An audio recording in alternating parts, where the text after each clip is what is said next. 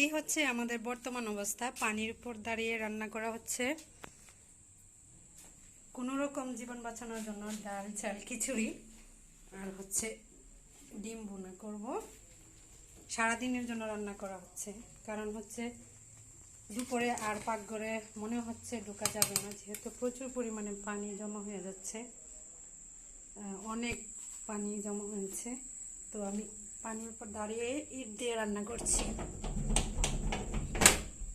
এই হচ্ছে বাহিরের অবস্থা। বাহিরে ইট 5টা ইট গাঁথনি দিয়ে উঠানো হয়েছে, তারপরে পানি ঢুকে যাচ্ছে, সব ঢুকে যাচ্ছে এদিকে।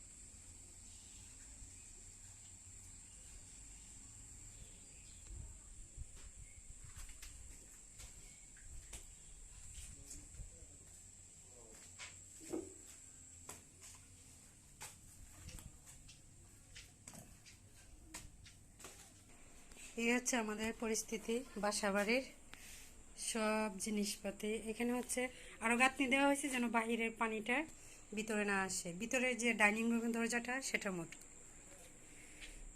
রাত্রে এই কাজ করা হয়েছে।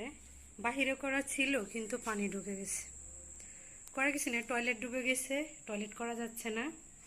আর রান্নাটা কোনো রকম আমরা করে নিচ্ছি। জীবন বাঁচানোর জন্য অল্প কিছু হলেও কিন্তু খেতে হবে। আর দুর্যোগের সময় কিন্তু খিদের পরিমাণ বেশি বেড়ে যায়। কোনো রকম আছি আমরা। এই হচ্ছে পুতলা পাতলা সব সরানো হচ্ছে, ফ্রিজ পরে নেওয়া হবে, আলনা টালনা সবগুলি। সেদ্রি আছে এখানে, সবগুলি হচ্ছে সেদ্রিগুলো আটকে দেওয়া হবে যেন বাহিরে পানি না আসে। একটু জানালাতে দেখানোর চেষ্টা করি। এই যে সব পানি ডুবে যে বাসার ভিতরে ঢুকে যাচ্ছে। আমি একটু সামন দিয়ে দেখাবো আপনাদেরকে।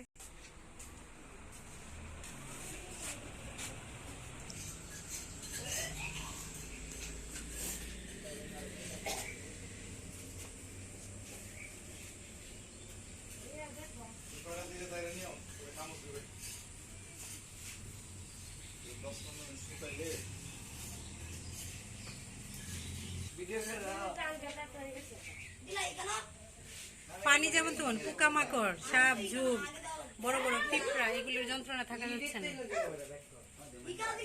সর্বনাশ, বড় বড় পিঁপড়া